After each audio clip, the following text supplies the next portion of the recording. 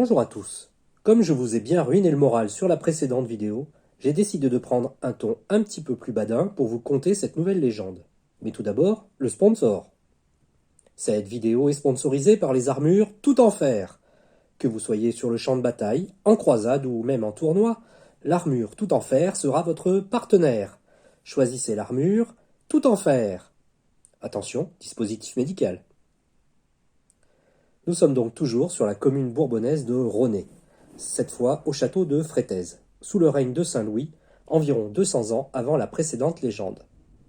Il ne reste plus grand-chose du château actuellement, mais il en imposait encore au début du XXe siècle. Malheureusement, il a beaucoup servi de carrière de pierre pour la restauration de la tour de Ronay et la construction des bâtiments aux alentours. Revenons à notre histoire. Pour se préserver des pillards et aussi de ses voisins, Guy de Fréthèse avait fait construire cet édifice. Il convoitait la belle Emmeline, fille du châtelain des Failles. Guy obtint la main de la jeune femme et l'installa en son château. Mais Guy était extrêmement jaloux et soupçonna très vite son épouse de lui être infidèle. Un jour qu'il rentrait un peu plus tôt de la chasse, il trouva la belle Emmeline en grande conversation avec Hugues de Desforges, son cousin. Il n'en fallut pas plus à Guy pour entrer dans une colère noire. Il chassa l'intrus et lui demanda de ne jamais revenir.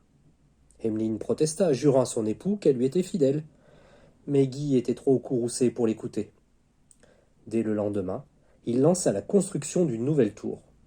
Emmeline lui demanda pourquoi elle était si proche des autres. Vous le découvrirez bien assez tôt, dit le seigneur.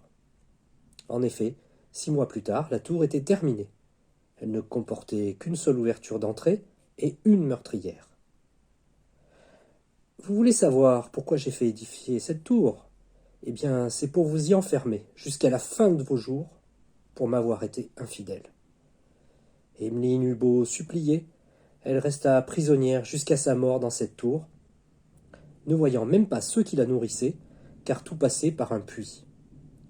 Son seul regard sur le monde extérieur était une minuscule fente de la meurtrière.